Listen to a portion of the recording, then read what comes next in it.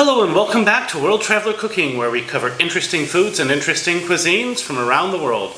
Today we're going to make a French classic, Demi Glace. Now this takes time, so please be prepared, but it's also something which just, it's somewhat misunderstood, I think, in the West. Originally you'd take a sauce espagnole, add some broth, and basically boil it down again. But today the approaches within France are a lot simpler. So we'll cover these. Your general chef approaches are also much more complicated, but French cooking is often about simplicity. So I would say Demi Glace is no longer a daughter sauce. It's by itself now in its own category, but you can add other things to it if you like. So your basic Demi Glace, we'll start with, for every ½ liter of broth, mine is still frozen here, but by the time I'm ready to use it, I expect it to be at least a bit less frozen. We will use 2 onions, 30 grams of butter, 50 grams of flour, a teaspoon or so of sugar, and some salt to taste. This will depend upon how salty your butter is and how salty your stock is. So, now this one is intended to be eaten with chicken or with, for example, sweetbreads, but if you want to make one with beef, maybe you'd use a homemade beef broth instead. So yeah, let's go ahead and get started. As you can see here, I'm slicing the onions into half rounds, and once I'm done with this, we will start sautéing them in the saucepan. So, into our saucepan goes our butter. And once it's melted, I'll add our onions. Yes, they burn your eyes because of how you cut them. But they give a better flavor that way. Now that the butter is starting to sizzle, I'm going to add my onions. That's half of them right now. I'm going to add the other half in 1 second.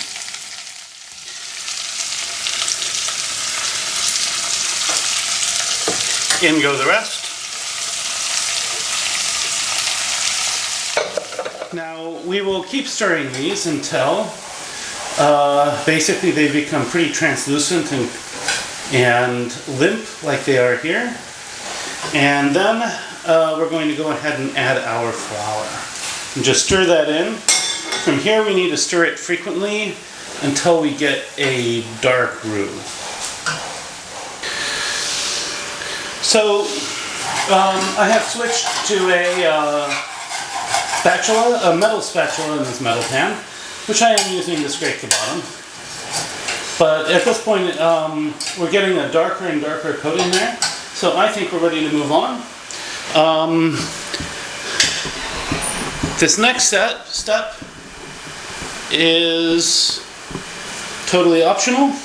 You can just go straight to the broth, but I am going to deglaze with some wine because I've decided a little bit of extra acidity would be nice today.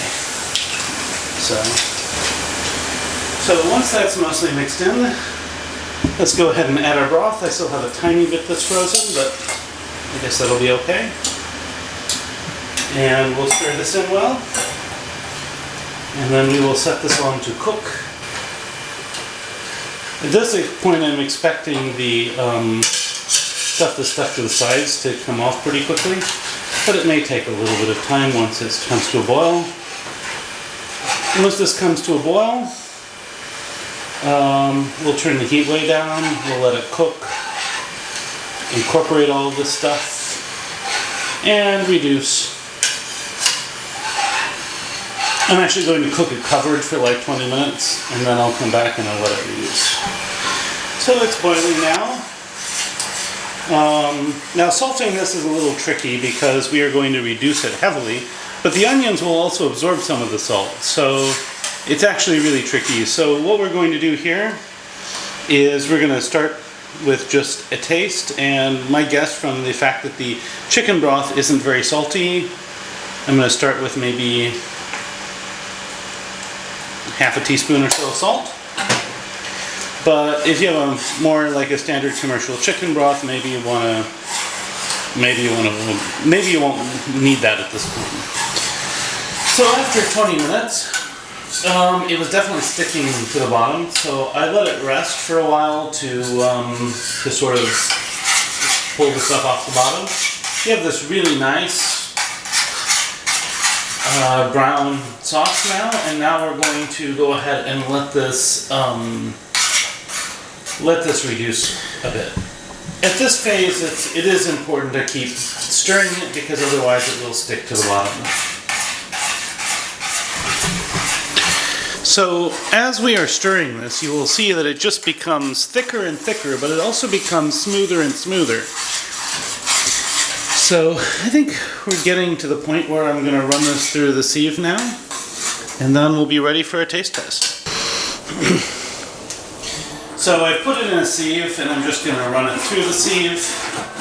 This will remove any large pieces of onions or any lumps.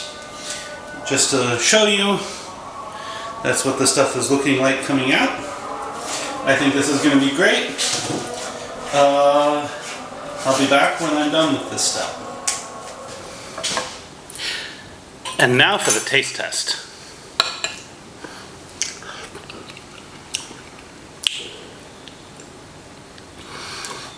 So if I had one word to describe this sauce, it would be rich. Compared to many other sauces, it doesn't have that much fat in it, but because of all of the onions that have been boiled down for so long,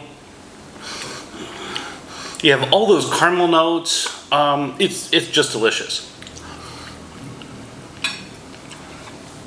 The way I describe this is it's like a really concentrated caramelized onion sauce.